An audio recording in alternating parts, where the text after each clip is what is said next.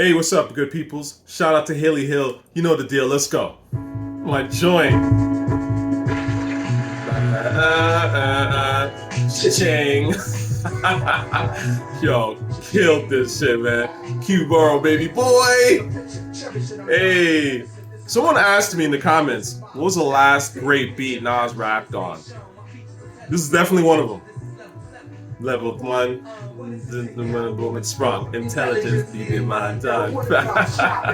Expensive things, yachts and locks and rocks and rings. Okay, you need to listen to the rest of that song if you haven't heard it already. Fucking classic. One of my favorite Nas songs ever, honestly. On a long list of amazing Nas songs. I play this because, let's talk about production for a second. Shout out to Hill, right? And I'm playing all these beats by Hillie Hill.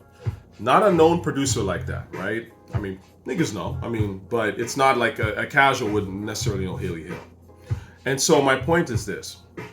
We talk about who should produce for Nas, right? All this time, we always talk about the production. It's a constant argument with hip-hop fans and Nas, right?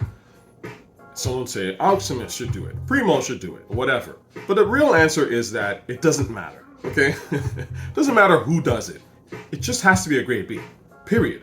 I don't care where it comes from, if it comes from Nas's landlady or whatever, the gardener, you know what I'm saying, Bill Clinton, I don't give a shit where it comes from. It just has to be a dope beat, right? It's not about the name. This is the problem that a lot of hip-hop heads, so-called hip-hop heads have. They're fans of a certain producer who they have invested their personal journey into this producer, right? Usually that producer's mediocre, but that's beside the point because that's how standery works. It's like you like the person's story, not necessarily what they're creating.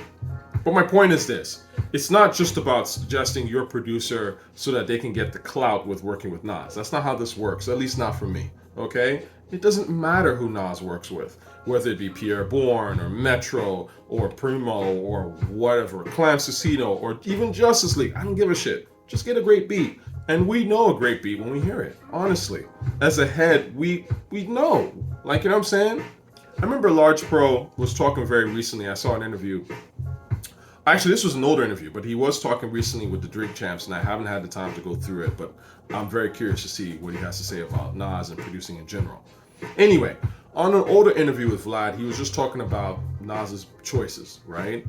And how, like, Nas is one of those people, like I've said in general with rap, where if the beat is hard, if the beat is ill, it just inspires him to go in, all right? And really spit that shit. You know what I'm saying? Because that's what the whole point of a great beat is. Beats give me vibes. Vibes give me rhymes. You know what I'm saying?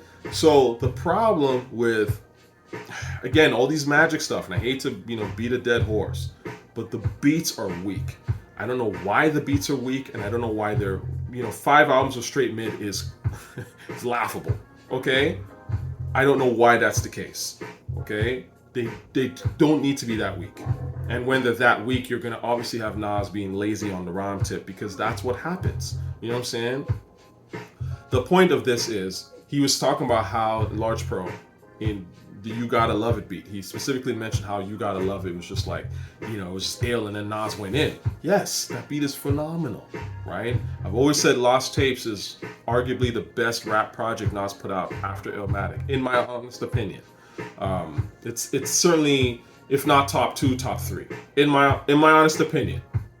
But the point is, we know when Nas gets those beats, when he gets a Second Childhood, when he gets, obviously The World Is Yours, Star Wars, Made You Look, some ill shit, right?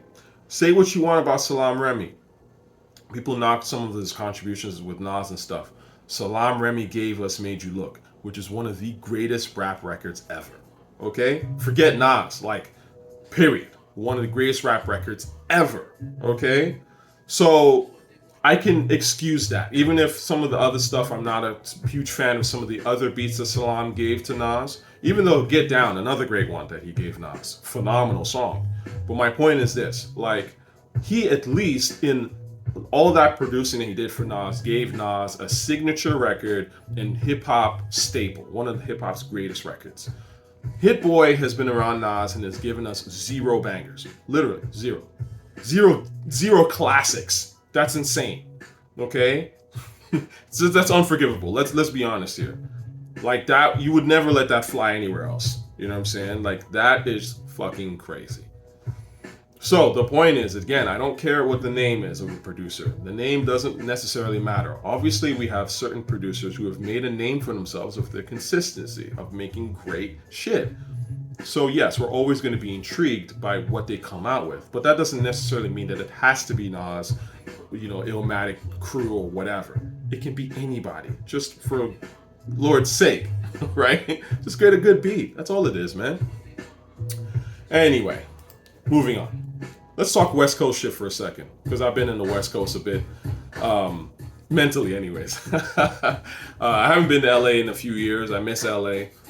But I've been listening to a lot of LA like music, I guess, some of these LA beats and shit like that. When I started listening to this J record, it made me come back to obviously the absolute classic We Can Freak It. This shit is, this is one of my favorite records ever, man. Kurupt got a great beat, obviously a classic beat, and killed it.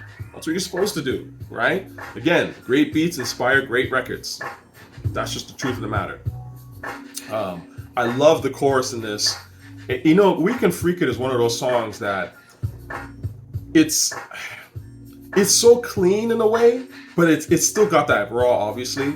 But even the chorus is just this sing-songy. It's like it's what I'm trying to say is this, like, it's one of the cleanest hip-hop songs in my opinion that is like pure hip-hop and super dope. Even to the point where normally the explicit version of a song is better in rap anyways. I actually like the censored version because I think that it kind of, the swearing kind of takes away from this just like euphoric, super happy, communal vibe that I think this beat has. And that's a rare thing in rap. So anyway, phenomenal record. Listen to that shit. It's just like, damn. LA, let's party, let's have a good time. And of course, one of my all-time favorites, beats, rap records, the whole nine, right? This shit is, even the cover, like that picture of Mack 10, the way Mack 10 looking, I'm like, I can relate. You know what I mean? This beat is just insane. Daz put his foot in this shit. Anyway, so, and even when he talks about, you come to Inglewood, out front you a sack, it just reminds me of Inglewood, hanging out in Inglewood, honestly. You know what I mean? Shout out to all my people from Inglewood, you know what I mean? Inglewood, I haven't spent as much time in LA as I would like, but I've certainly been, a couple of times and hung out, and Inglewood was probably like one of my favorite experiences being in LA, period. So, anyway, much love to everybody, West Coast and worldwide. Come catch me, Kensington Market. If you're in Toronto, I'm gonna be there this Sunday. All right, I got some T-shirts.